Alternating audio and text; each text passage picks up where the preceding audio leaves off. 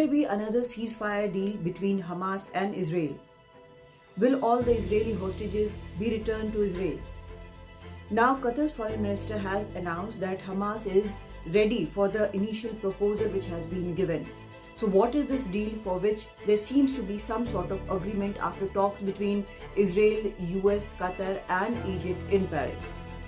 Initial phase of ceasefire would be 45 days according to some reports, and 35 to 40 Israeli hostages who are with Hamas would be released in exchange for around 100 to 250 Palestinian prisoners in Israel for every Israeli hostage. In the first phase, children, women, elderly and the sick would be released by Hamas. While this first phase is on, there would be discussions about releasing male Israeli prisoners, hostages who are with Hamas, be it civilians or soldiers. Israel has said it has not received any formal offer from Hamas till now, and Israel believes that there are at least 132 hostages still in clutches of Hamas. Now, for releasing these hostages, Hamas had demanded complete withdrawal of IDF from Gaza and that the war should be over. But Israel had clearly refused to this condition. So now, after several rounds of talks, it seems that Hamas is indeed ready for some sort of a ceasefire and release of hostages.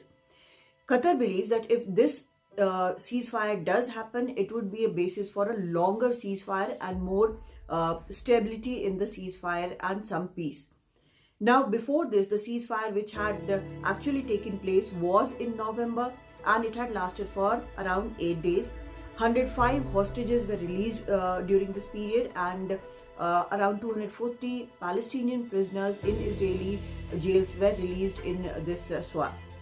According to some data, there are at least 5,200 Palestinian prisoners in jail in Israel, and there are at least 170 of them are juvenile. So if this swap indeed takes place, then the hostages have a chance of being released by Hamas, and a much bigger number of Palestinian prisoners would also be released, because Hamas would be asking for more Palestinian prisoners in exchange for all the male hostages who are still with Hamas. So if the deal actually goes through, there would be another ceasefire and it may indeed last longer. In Delhi, Kadambini, Sharma for NDTV.